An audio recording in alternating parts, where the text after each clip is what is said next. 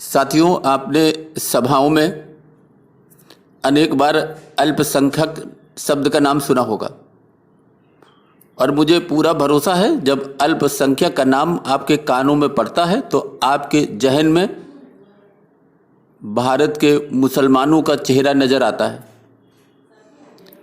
क्योंकि साथियों, आज अल्पसंख्यक का नाम ही मुस्लिम है, क्योंकि ऐसा ही भारत में हुआ है। साथियों, कोई भी मजहब तब नरपिशाच बन जाता है जब वो कुछ इंसानों की सोच पर कब्जा करके उनके माध्यम से दूसरे इंसानों के जीवन जीने के अधिकार को नष्ट करने लगता है। साथियों, कुफ्र, हलाल, हराम, जन्नत और दीन, इसका जो ताना बाना इस्लाम में सैकड़ों सालों से बुना गया है और इसकी ठेकेदारी जो मौलानाओं को दी गई, उसका मकसद पूरी दुनिया जानती है और समझती भी है। आपकी सरकारें और आप इससे कैसे बच पाएंगे, ये आपको तय करना है।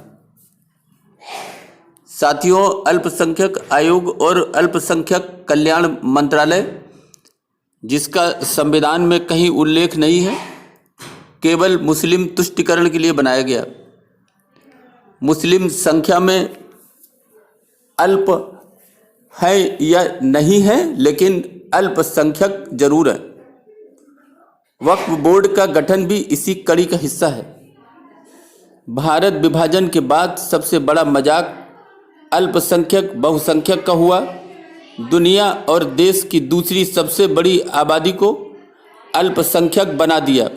न जाने कितने और मजाक भी इन 70 सालों में करके भारत में हिंदू मुस्लिम युद्ध के मैदान बनाने की पटकथा लिखी गई। इसका कारण वोटों की राजनीति और तुष्टीकरण मुख्य है। आज जब कुछ लोगों ने इसे अपना अधिकार समझ लिया है, तब इसे बदलने में समस्याएं आ रही।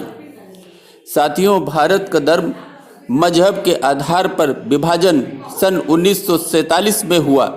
एक मजहबी पाकिस्तान किसके लिए बनाया? किसको जबरदस्ती भारत में रोका गया? किसको भारत में पंथ निरपेक्षता की दुहाई देकर रोका गया? जो भारत में रुके, पाकिस्तान नहीं गए, उन्होंने अपनी मर्जी से हिंदुओं के बीच रहना पसंद किया। संविधान तो 2 साल बाद 26 नवंबर 1949 को बना। धर्म और मजहब का तुष्टीकरण संविधान में अल्पसंख्यक के नाम पर डालने की आखिर जरूरत क्यों पड़ी? अल्पसंख्यक की कसौटी क्या थी? क्या अल्पसंख्यक का मतलब मुस्लिम था?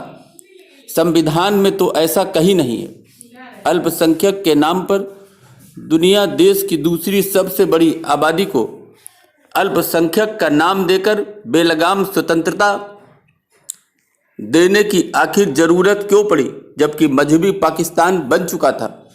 ऐसी बेलगाम आज़ादी चाहने वालों के लिए पाकिस्तान का रास्ता खुला था। भारत के इतिहास को दूसरे देशों ने अच्छे से समझा था। वो जानते थे कि 1947 के बाद भी यह युद्ध का अखाड़ा बना रहेगा। इसे कम करने के लिए ही मजहब के आधार पर पाकिस्तान बनाने का रास्ता निकाला गया। भारत में ऐसे मुस्लिमों को भी रोका गया जो जिन्ना के साथ थे, उनको अल्पसंख्यक लिखा गया। मनमर्जी की सहूलियतें दी गई, बहुसंख्यकों को दबाया गया। भारत के इतिहास का सच बहुत कम लोग जानते हैं। भारत को समझने के लिए कलकत्ता 1946, मोपला, नुआखाली और कश्मीर 1986, 1990, नरसंहार आपको पढ़ना होगा। बहुत कुछ भारत के बनाए गए आयोग और भारतीय संविधान से भी आप समझ सकते हैं। भारतीय संसद की ऐसा करने की कुछ तो मजबूरी रही होगी। भारत सरकार इस पर सदैव पर्दा डालकर मजहबी गाना, हिंदी चीनी भाई भाई, हिंदू मुस्लिम भाई भाई और मुगलों का नकली इतिहास ही पढ़ाती रही। परिणाम स्वरूप भारत को शांत रख पाना कुछ मायने में आसान हुआ। जिन्होंने पाकिस्तान बनाने में बढ़ चढ़कर भाग लिया, उनमें से अधिकांश जनता भारत में ही रही। हाँ, कुछ नेता जरूर वहाँ चले गए जो पाकिस्तान नहीं चाहते थे। उन्हें जरूर पाकिस्तान से या तो भागना पड़ा या मुस्लिम बनना पड़ा। यही सच है जो लोग कहने में आज भी डरते हैं, क्योंकि ऐसे लोगों का जबरन मुंहबंद किया गया।